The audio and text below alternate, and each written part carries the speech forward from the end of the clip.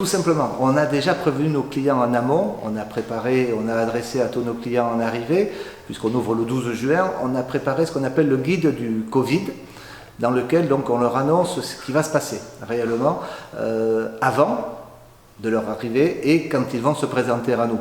Donc ici on est dans l'accueil, donc on a mis en place, comme il se fait maintenant dans tous les lieux publics, des zones de distanciation, de la protection, donc des choses tout à fait classiques, avec du gel hydroalcoolique, enfin tout ce qui nous est imposé maintenant au niveau normes sanitaires, ce sur quoi donc les clients seront informés en amont, une personne par une personne, de manière à ce que personne d'autre que un seul occupant se présente pour récupérer notamment les clés ou les réservations, tout sera prêt à l'avance et on essaye de faire ce qu'on appelle un check-in ou une arrivée rapide pour limiter au maximum le temps d'attente. L'aire de jeu, aujourd'hui, c'est compliqué. On est contraint quasiment aux mêmes difficultés que dans les écoles. Donc aujourd'hui, les aires de jeu sont censées ne pas pouvoir être exploitées. Donc on ouvre, mais l'aire de jeu, elle, restera fermée. Par contre, Dieu merci, on a toutes les activités sportives qui resteront en accès libre. On ne pourra pas, dans un premier temps, faire des activités de sport collectif organisées comme on fait habituellement, mais on met en place, nous, une animation à la carte. C'est-à-dire qu'au moins jusqu'aux nouvelles annonces du 22 juin, on fera un petit peu ce que il nous est autorisé, mais surtout ce que veulent faire les clients. S'ils veulent aller courir, on ira courir avec eux. S'ils veulent jouer au tennis, on leur laissera s'exprimer tranquillement. Voilà, on fera du tir à l'arc en nettoyant tout le matériel, hein, tout simplement. Donc ça nous impose des contraintes, mais je dirais aujourd'hui, on découvre une autre proximité qui va rendre encore les vacances différentes et plus proches avec notre public, notre clientèle. La seule chose qui a été mise en place en termes d'organisation, c'est que vous voyez, les transats sont regroupés par deux. Ça permet à des couples de rester rapprochés.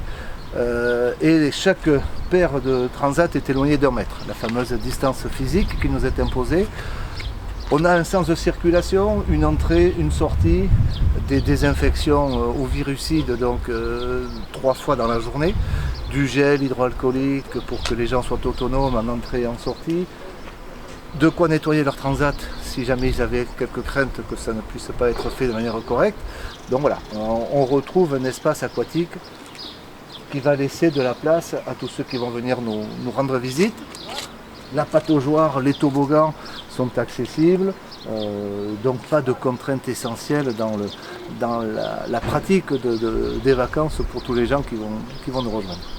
Là, c'est un cas de figure typique où on condamne une partie des équipements pour éviter que les gens soient trop proches les uns des autres. Donc c'est un des aménagements qui nous seront imposés. Voilà, qui ne sont pas pénalisants au quotidien pour notre clientèle.